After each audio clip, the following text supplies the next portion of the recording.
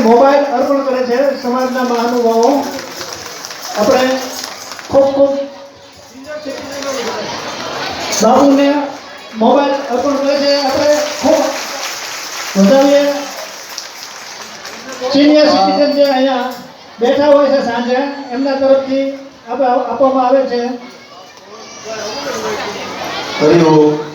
આ ફોન મેં 192 કથા કરી છે વાલા. બહુ સમજવા જેવી વાત છે. છતાં મારી પાસે ફોન નહોતો. જોરદાર તાળીઓથી બતાવો. અને એ હતો ફોન હતો પણ વાત નહોતી થતી. આ બધા સાહેબો થાકી ગયા. હું વેલના કથા વાંચતો અને અહીંયા આયોજન હતું તો મારો સંપર્ક કરતા પણ ફોન બહુ ખરાબ હતો. બહુ નાનો એવો ફોન ઝૂંપડામાં રહેતા હોય એની પાસે કેવો હોય. રામ 14 વર્ષના વનમાં જંગલમાં આવ્યા હતા.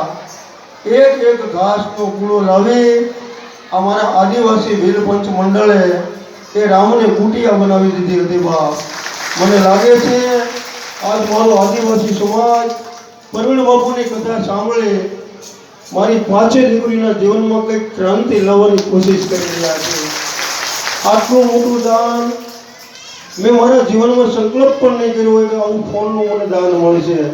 આ બધા સિનિયર સિટીઝન આદિવાસી સમાજના મુરબ્બી આગેવાનોનો આભાર માનું છું અને આમાં ભગવાનની કથા સાંભળીશ. આવું તમને વચન આપું છું. અને હવે જ્યારે ફોન કરશો સમયસર તમારી સાથે વાત કરી અને તરત જવાબ આપીશ. બોલો શબરી મૈયાને.